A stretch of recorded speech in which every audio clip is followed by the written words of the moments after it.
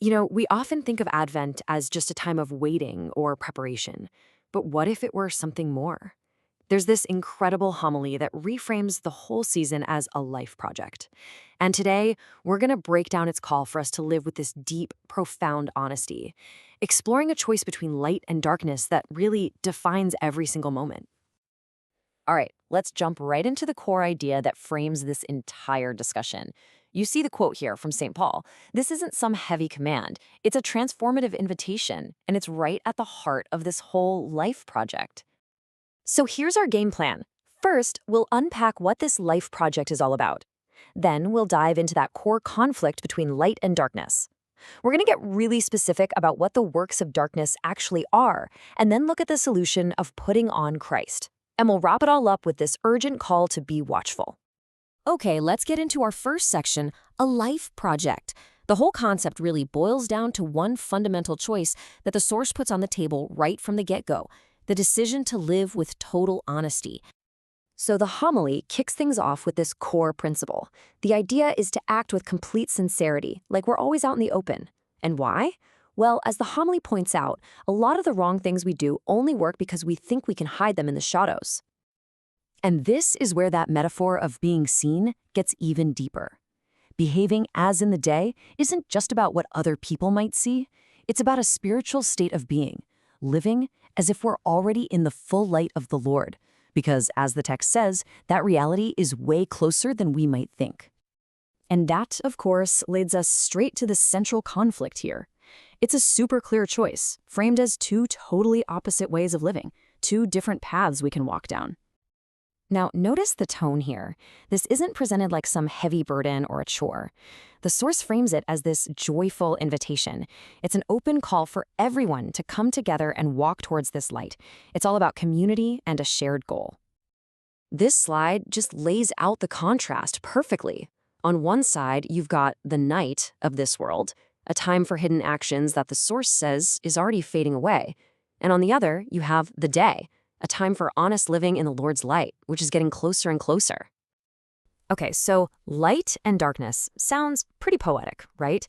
But what does the source actually mean by these works of darkness? Well, it doesn't leave it as some vague concept.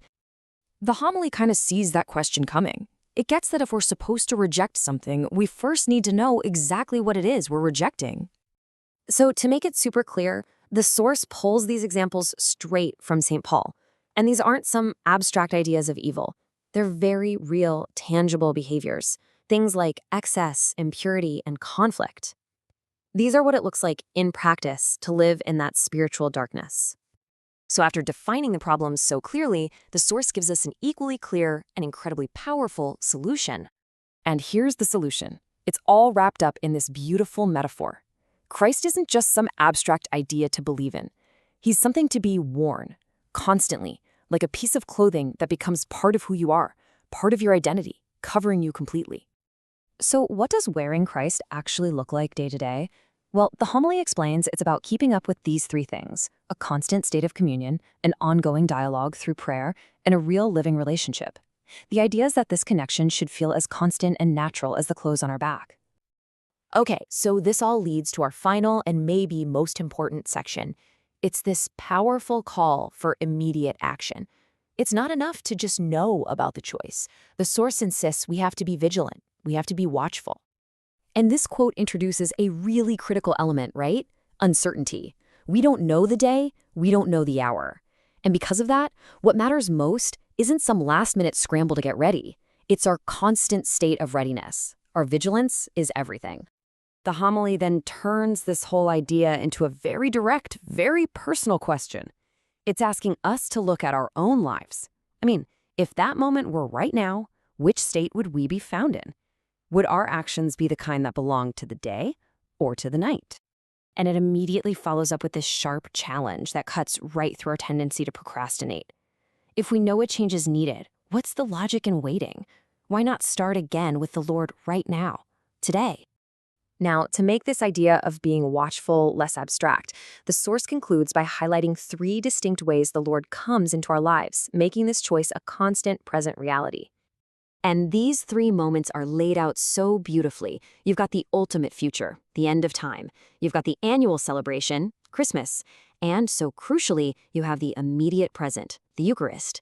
Each one is a chance, right here and now, to choose light over darkness. And that's really the big takeaway from this whole life project. It's about the now. This isn't just about some distant future or a holiday that comes once a year. It's about a continuous, moment-to-moment choice in our prayers, in our communities, in every single thing we do. That invitation stands. The real question isn't what you'll do tomorrow, but what you are choosing right now.